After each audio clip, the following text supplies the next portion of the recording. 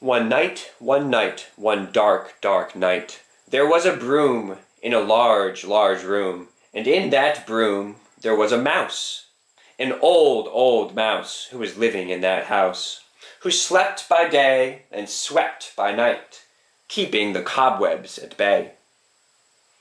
Most every night he was alone, in that old, creaky, leaky home. But on that night he heard a noise, like nothing he had heard before. So he ran to his room, and he slammed the door, and he dove within his broom. He shivered and shook, he quivered and quaked, hearing the noise resound in his brain. He wondered what on earth it could be. A runaway fire? A loose tsunami? A terribly prickly, itchy disease? Or a horrible horde of fleas? He poked out his nose and snuffled the air, sniffing for something that shouldn't be there. He smelled the musty, rusty dust, the moldy cheese, the crumbling crust, and by he felt alone in that dark, dark home. After some time he felt a rumble, a kind of bubbling tummy grumble. So, with a graceful spinning tumble, he landed upon the floor, he crept toward the door, and he softly tiptoed out. Across the kitchen floor he crept, which he noted with pride was freshly swept. When with breadcrumbs within his sight, he heard the noise and shrieked with fright. He spun in circles round and round, and promptly passed out cold. When he awoke, he was in flight, sailing across the dark, dark night. The wind was whistling through his whiskers, tickling his ears with tingly whispers, filling his mind with such delight that he quite forgot his fright. He floated through a puffy cloud into the silvery light of the moon.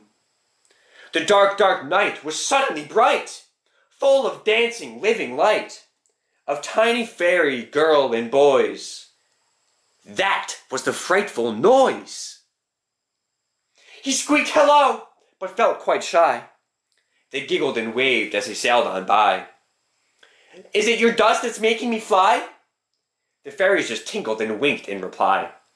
He kept on flying higher and higher, and soon left the fairies behind.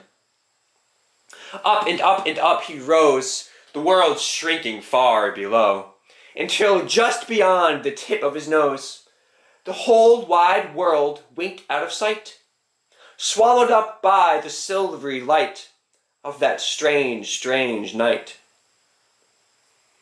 He floated into outer space, spinning round and round in place. He wriggled his fingers and wiggled his toes, hummed an old tune that nobody knows, watched as his whiskers gradually froze, and ice encrusted his face. Then time itself was frozen mid-drip. The clock went talk and forgot to go tick. The spinning top, the rocking ship, paused upon the verge of tip, quite unknown to our little mouse, miles and miles from his house.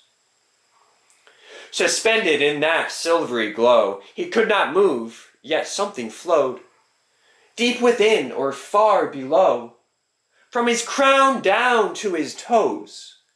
Something grew, like rising dough, or like the tiniest flake of snow. It grew and yet was still, like snow collecting down a hill, but a hill that's flat and doesn't roll, but with some strange, invisible pull, like the calling of the soul. It silently took root.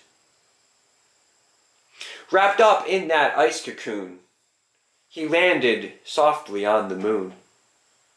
The icing curled and fell away, and in its place a flower stood, blooming in the silvery light, a ravishing display.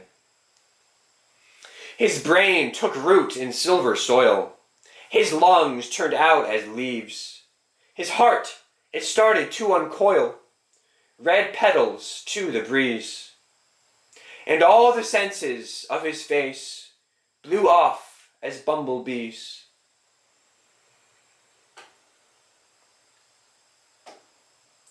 That mouse had been transmogrified by the ice and by the fire.